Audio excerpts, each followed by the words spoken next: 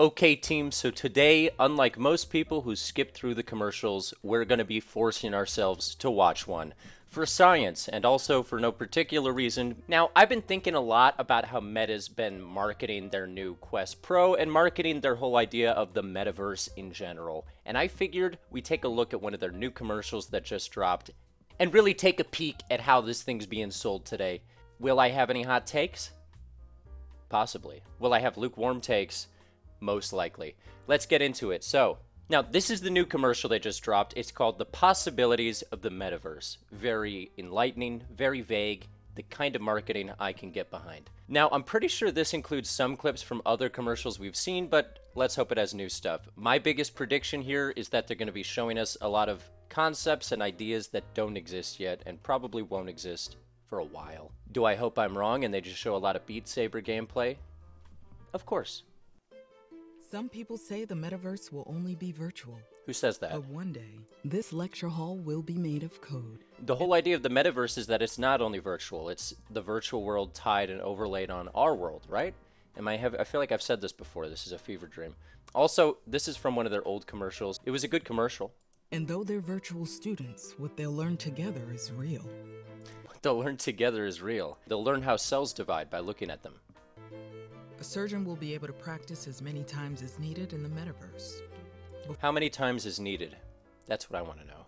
This is from a different old commercial that they put in here. I like that. Also, this is illustrating one of my issues with how they're marketing the metaverse right now is that they're focused on what we will eventually do. Like, just imagine the day when doctors are able to do this, as opposed to saying, hey, this is what we're able to do right now. Don't imagine anything.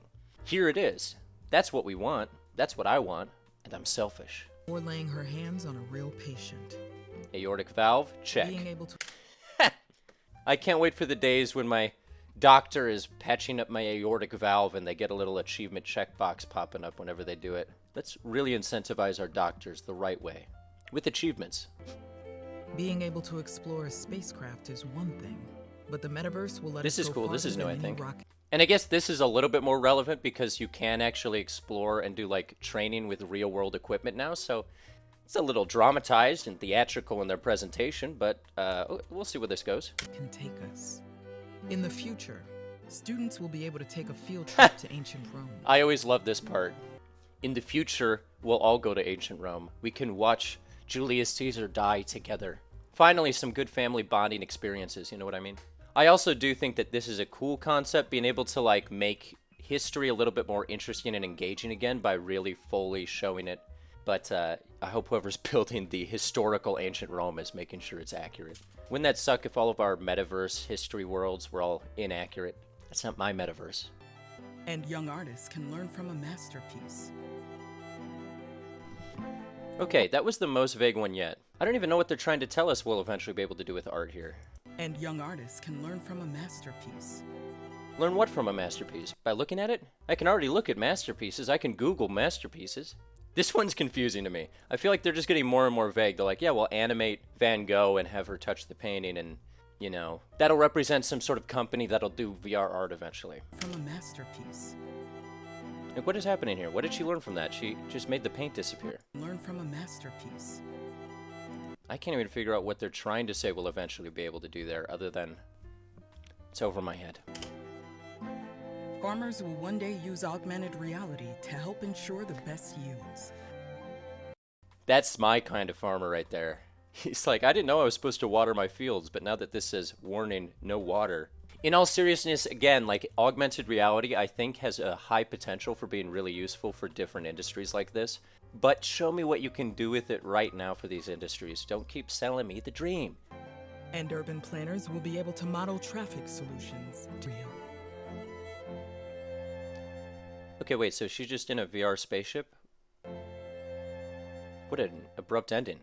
Yeah, so what are my takeaways?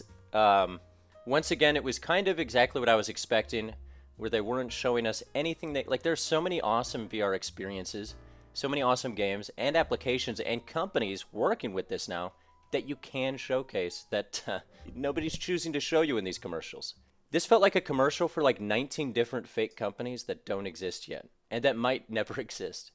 I mean, this little guy can sell people if they just play Beat Saber. I don't know why I keep bringing up Beat Saber. I don't play Beat Saber. Ride with me into the Metaverse on our Wii. I will not. Yeah, see, I think these like community voices spotlights that they do are a little bit more effective. All of that being said, I do think that commercial was a big step forward compared to where Meta's advertising began at the beginning of all this. So let's just rewatch really quickly everyone's favorite Metaverse commercial, the one that gave all of us nightmares. I never forgot about you. This is the most emotional animatronic space Super Bowl commercial I've seen in decades. This commercial always makes me emotional.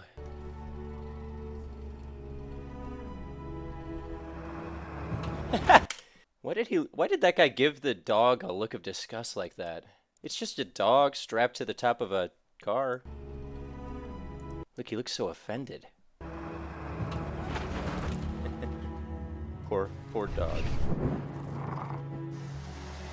He laid there for a whole year, by the way, I think is what they were showing us there. I can find a purpose for this dog. It is a dog, right? I actually can't tell now.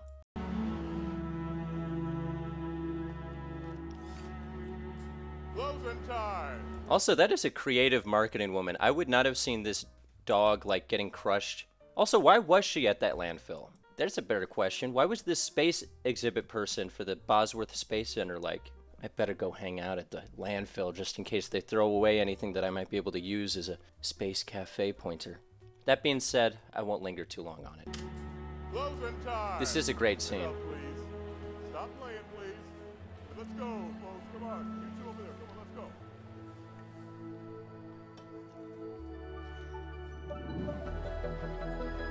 Now he's in VR.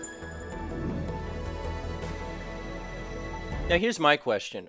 Why is it that this guy was clearly a staple of the physical Questies location, right? But nobody told him that they had made a VR Questies that he could have been hanging out in this whole time? They left their old buddy out to dry? Oh look, his old friends are even here. They've all been hanging out here this whole time while he was dying in a ditch. That dog was dying in a ditch on the side of his road. I'm heated, sorry. The dog was dying in a ditch. And his friends were all partying it up at the virtual Questies. No one thought of giving him an invite? This is an emotional ad. La la la la. Look at, now they're all having fun. They're like, sorry we neglected you. The victorious yelp at the end really does it for me. Oh, I think that's enough advertisement that I'm going to watch knowingly today. What did we learn from this again?